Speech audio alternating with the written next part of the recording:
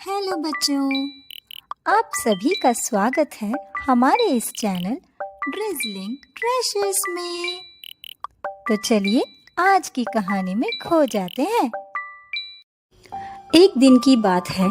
नीतू नाम की एक प्यारी सी लड़की और उसका शरारती भाई गोलू अपने घर के अंदर खेल रहे थे। सभी कुर्सियों, स्टूल और सोफा कुशन के साथ अपने लिए एक छोटा सा घर बना रहे थे। वह एक सामान्य शनिवार की दोपहर थी, जो उनके लिए और उनके माता पिता के लिए भी छुट्टी का दिन था। अपने खेल के बीच में नीतू और गोलू अपने माता पिता के साथ छुट्टियों का आनंद लेने की योजना लेकर आए।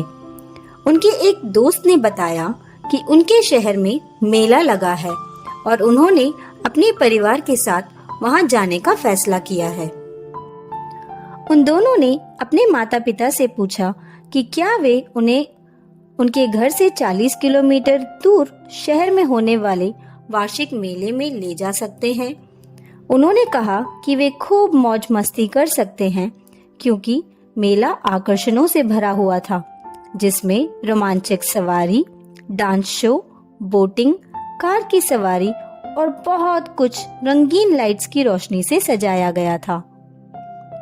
जैसे ही माता पिता तुरंत सहमत हुए, पूरा परिवार हलचल भरे मेले की यात्रा पर निकल पड़ा। जैसे ही उन्होंने चिकनी इलेक्ट्रिक ट्रेन पर कदम रखा, जो उन्हें शहर के बीचों बीच घुमाएगी, उनका प्रत्याशा स्पष्ट हो गई। ट्रेन गुनगुनाते हुए पटरियों पर सरकने लगी। जैसे ही वे अपने सीटों पर बैठे, नीतू ने अपनी नाक खिड़की से सटा दी। उसकी आंखें आश्चर्य से चौड़ी हो गई, क्योंकि शहर का दृश्य रंग ट्रेन की गति में धुंधला दिखाई दे रहा था। सड़कों पर चहल पहल थी, शहरी जीवन की लय जीवंत थी और लोग जल्दी जल्दी इधर उधर दौड़ रहे थे। उनके कदमों की आहट नीचे फुटपाथ पर गूंज रही थी। खिड़की के माध्यम से नीतू और गोलू ने प्रतिष्ठित स्थलों, विशाल स्मारकों और हलचल भरे बाजारों की झलक देखी। वह सभी उस शहर की जीवन टेपेस्ट्री का प्रमाण है जिसे वे अपना घर कहते थे। हर गुजरते पल के साथ उन्होंने महसूस किया कि उनका उत्साह बढ़ता जा रहा है। उनका दिल उस रोमांच की प्रत्याशा से धड़कने लगा है जो मेले में उनका इंतजार कर रहा था। जैसे जैसे ट्रेन दौड़ती गई, वे जीवन से भरे पड़ोस से गुजरे विचित्र कैफे और फुटपाथों पर कतार में खड़े स्ट्रीट वेंडर, उनकी मनमोहक सुगंध हवा में फैल रही थी। नीतू और गोलू एक दूसरे के सामने मुस्कुराए। आगे की यात्रा के रोमांच को साझा करते हुए उनका उत्साह बढ़ गया। आखिरकार ट्रेन धीरे धीरे रुकी और नीतू और गोलू अपने माता पिता के साथ प्लेटफॉर्म पर बाहर निकले। उनके सामने फैले मेले के मैदानों के दृश्य और ध्वनियों ने उनका स्वागत किया। हवा उत्साह की गूंज से जीवंत थी। मेले के जीवंत रंग हलचल भरी भीड़ पर एक जादुई चमक बिखेर रहे थे। जब वे मेले में घूम रहे थे, दृश्यों और ध्वनियों की प्रशंसा कर रहे थे, गोलू ने एक ऐसी चीज देखी जिसने उसका ध्यान खींचा। वो था एक रस्सी कार यात्रा।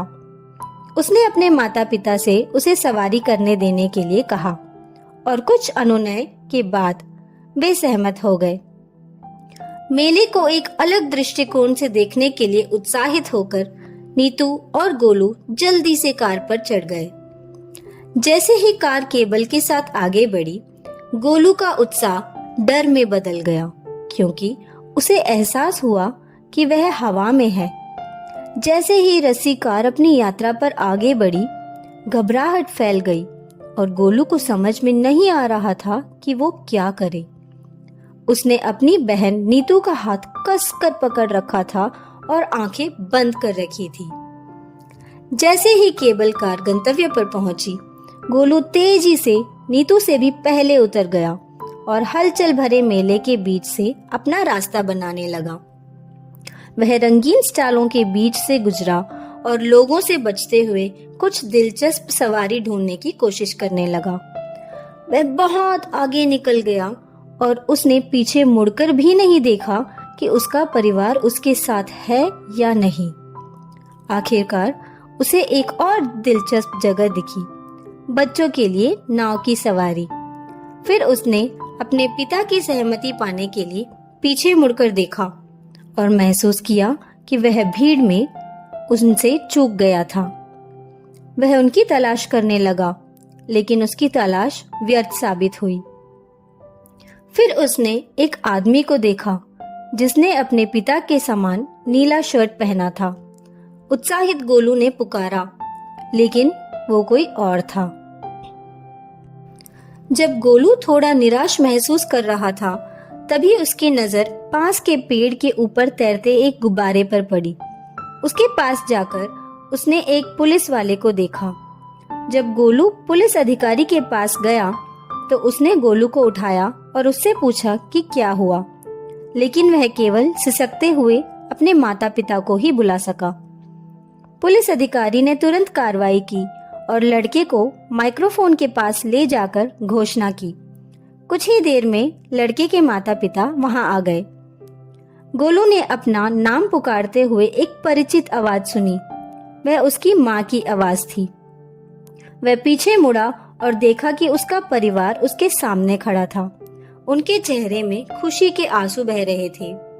वे उसे हर जगह खोज रहे थे और अब वे उसे पाकर खुश थे और राहत महसूस कर रहे थे। छोटे लड़के ने अपनी माँ को कसकर गले लगाया। उनके साथ फिर से जुड़ने के लिए आभारी था। गोलू के माता पिता ने पुलिस अधिकारी को धन्यवाद दिया। कृतज्ञता और राहत से भरे दिलों के साथ परिवार ने मेले में अपना साहसिक कार्य जारी रखा।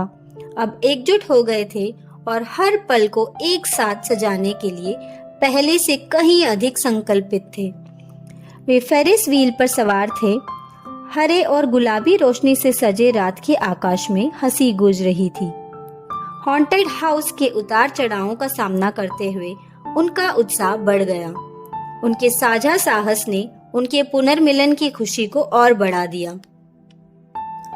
जब नीतू ने अपने माता पिता को पेंडुलम की सवारी में अपने साथ शामिल होने के लिए राजी किया तो उसकी हंसी हवा में फैल गई और उनकी खुशी की चीखें मेले के मैदान में गूंज उठी। जैसे जैसे रात बीतती गई, उनकी भूख ने गर्म हलवे के आरामदायक आलिंगन का रास्ता बदल दिया, जिसे नीतू की माँ ने प्यार से तैयार किया था। सितारों की छत्रछाया के नीचे मेले के संगीत और उल्लास से घिरा परिवार अपनी साझा खुशियों की चमक में डूबा हुआ था। प्रत्येक साझा मुस्कुरान और कोमल आलिंगन के साथ उन्होंने प्यार और लचीलेपन के उस अटूट बंधन की पुष्टि की जिसने उन्हें साहसिक दिन के दौरान मार्गदर्शन किया था। जैसे ही उन्होंने मेले के मैदान से विदाई ली, उनके दिल हल्के हो गए। पुरानी यादों की गर्माहट से और आने वाले कई और खुशी के क्षणों के वादे से भर गए। हाथ में हाथ डालकर वे रात में चले गए। उनकी आत्माएं प्यार और एकजुटता के पंखों पर ऊंची उड़ान भर रही थी। मेले की रोशनी दूर होने के बाद भी उनकी हंसी काफी देर तक गूंजती रही। उनके दिल आपस में जुड़े हुए थे और उनके रास्ते में मुस्कुराहट गूंज रही थी। अपनी आत्माओं को उस दिन के जादू के उत्साहित करते हुए उन्होंने घर की यात्रा की जिसे वे कभी नहीं भूल सकते। हमें खुशी है कि आपने ये कहानी सुनी।